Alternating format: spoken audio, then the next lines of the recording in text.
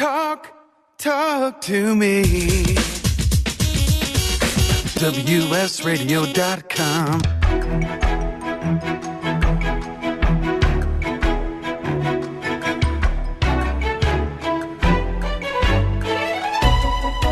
The San Diego Council on Literacy brings you Literacy for All with your host, Jose Cruz.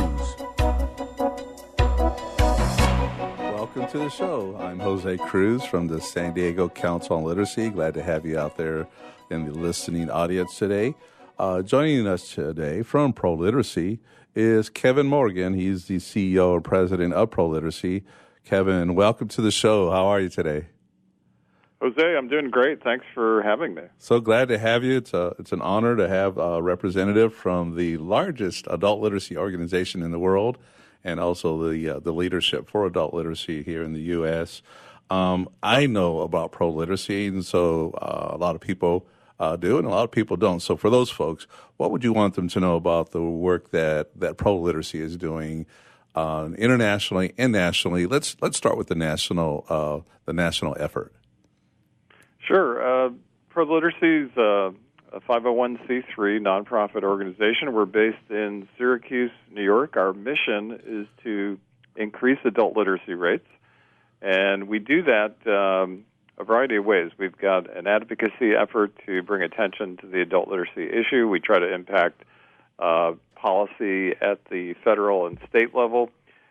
We have a publishing division called New Readers Press, so we develop content for the adult literacy education market, and we have 1,000 member programs located around the United States, a number of them in San Diego, and a lot of these are community-based organizations that utilize volunteer tutors to help adults learn to read, write, basic math skills.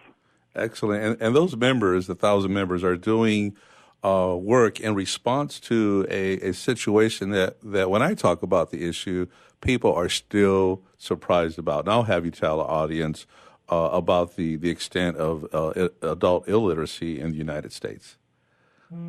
Sure. The good news is it has gotten better over the years. The worldwide literacy rate is around 87% of the population, but there's still a number of adults out there for a variety of reasons that are low literate, and so 800 million worldwide and 36 million right here in the United States. So depending on the census tract data that you look at, it's roughly about 13 or 14% of adults have low literacy levels, which impact quality of life, work prospects, number of social issues, whether you're talking about poverty or economic development, crime, even K through 12 test scores are impacted by the low literacy rates of adults that have them. And so it's really important, Kevin. Thank you for going through that list, and maybe I'll have you say a bit more. That it's easy for us to hear the numbers. A lot of us feel like we're not being impacted. But when adults don't read at a level where they're functioning, using basic literacy skills, really, to do the things that we have to do as adults in this society, being the head of household, being involved in our community, being a student, or being employed, it does have an effect on the average person out there.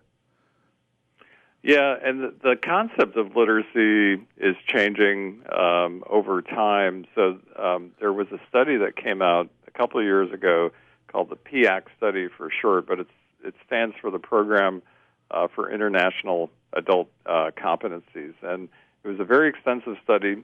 It was 24 developed countries, not underdeveloped countries. The United States was one of those. And it measured literacy, numeracy, and the ability to interact with technology, adults 16 plus.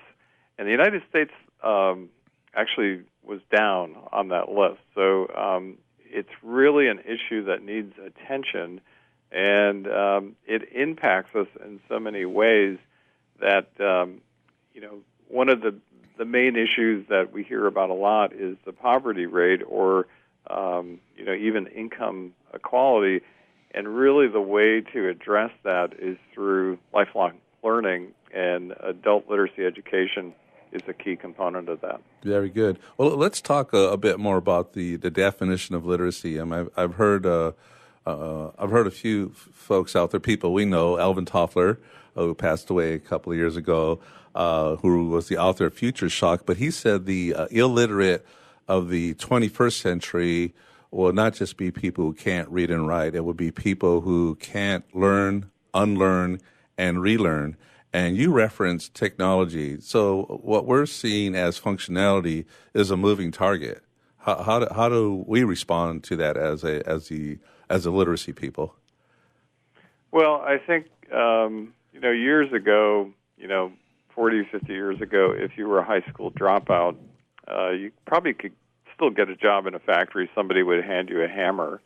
And, it was very much a manual labor type situation. But today, if you're a high school dropout, you're at a distinct disadvantage in the sense that if you were to walk into a factory today, they probably would not hand you a hammer. They would ask you to operate a plasma cutter, that cuts steel, and you'd have to enter, coordinates into a computer in order to cut the steel. As automation evolves, the skill set of even entry-level workers is increasing. So when we talk about literacy, the historical context, which still applies, reading, writing, basic math skills, but there's also digital literacy, the ability to interact with technology, financial literacy, knowing the concept of how to save money, how to budget for your family. Health literacy is a big component, knowing, how to interact with the healthcare system, how to feed your family in a healthy way. So literacy continues to evolve and adapt as society continues to evolve. So people have to adapt, and it's really interesting. As I think back, I laid my eyes on my first computer back in 1987. Now pretty much every household has to have one, or if you don't have a computer at home, you have a smartphone. And so this is a way of life. People who at one time said, I'll never use a computer, and now they have to. So now we have all these different apps and computer programs that people they have to use in order to function in this society. What will have to happen, Kevin, as a nation for us to respond to the literacy challenge? You're providing great leadership and branding literacy for the nation, and convening members and getting them to work together and providing them with resources and such. It's quite a task that you have as the head of a national literacy group, adult literacy group. What has to happen for you to meet your vision for greater literacy in the U.S.? Yeah, it's a good question. We recently went through an exercise over the last year to develop a theory of change. And it's really, what do we believe needs to happen to address this issue, because it is an ongoing issue. It's been around for a long time. And so there were three things that came out of that theory of change, three intermediate goals that we believe if we effectively address them, then we can really make inroads to address the adult literacy issue here in the United States and abroad. So the first one was access. Making sure that if an adult raises their hand and says, I want to increase my literacy skills, that they have the resources available to them to do that. So one of the reasons we did that is we survey our members around the country, and because they're volunteer-based, the demand is there. So 2/3 of our member programs are reporting a waiting list for students that come in because the resources, there's just not enough of them. So we feel that if we can increase access, then that will help solve the problem. The second part of that, which is related, is more efficient programs or effective programs at the local level being able to scale the number of students that they serve. So You mentioned technology. We actually believe not that technology is the silver bullet to address the adult literacy issue, but it can be a key element that will help us not only increase access but increase effectiveness at the local level. Right. And then the third intermediate goal, which this is not going to be a shock to you, but is really increase funding. Right. So, we tend to have a magnetic north to think about funding education at the K through 12 level or the pre-K level. And really, if you want to solve poverty in this country, you absolutely should be funding K through 12 and pre-K education, but you have to have a parallel path to address the adult literacy issue so that a lot of times the kids that need help are coming from low literate households, so they have to you have to address the parent or in some cases the adult who hasn't started a family yet, so that when they do start a family, that their education has advanced to the point where they can help teach their kids, because the parent is really the first teacher. Right, and let's talk about that parallel path. We're going to go to break in just a couple of seconds here, Kevin. And you also, I know, have a exclusive announcement for us, and we want to get to that and maybe chat a little bit about Barbara Bush. And so we'll do that in our next segment. I'm Jose Cruz from the San Diego Council on Literacy, and you're listening to Literacy for All Radio. This is powered by WS Radio, the worldwide leader in Internet talk.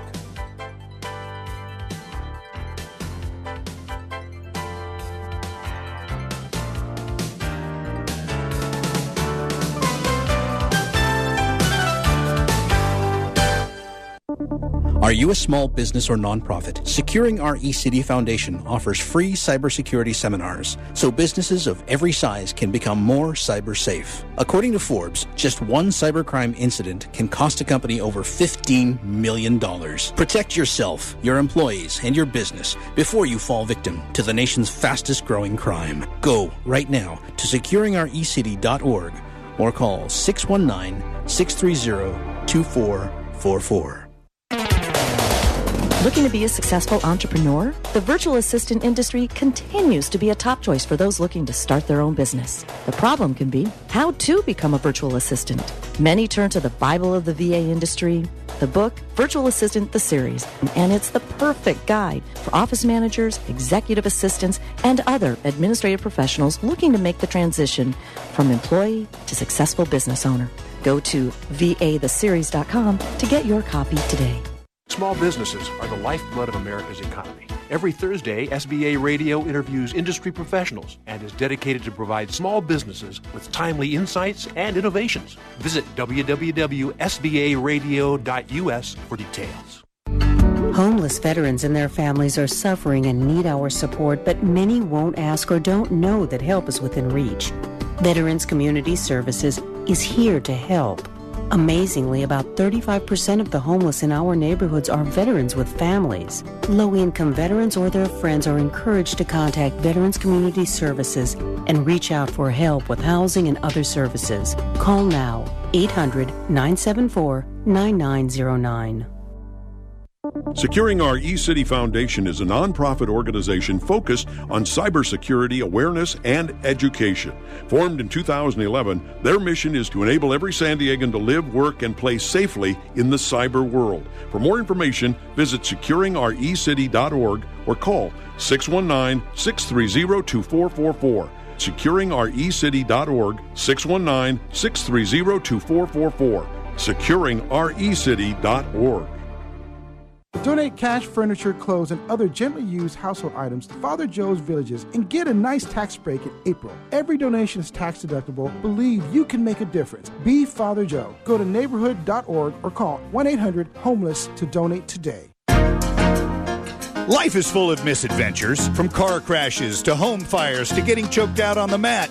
Yes, I said getting choked out because I'm Carlos Kramer, jiu-jitsu competitor, MMA and media personality, and mild-mannered insurance agent. You can follow my adventures on Kick-Ass Radio, and I can protect you from life's misadventures at Kramer Insurance. Home, auto, life, business, and workers' comp. We're at KramerINS.com, and I want you to join my world.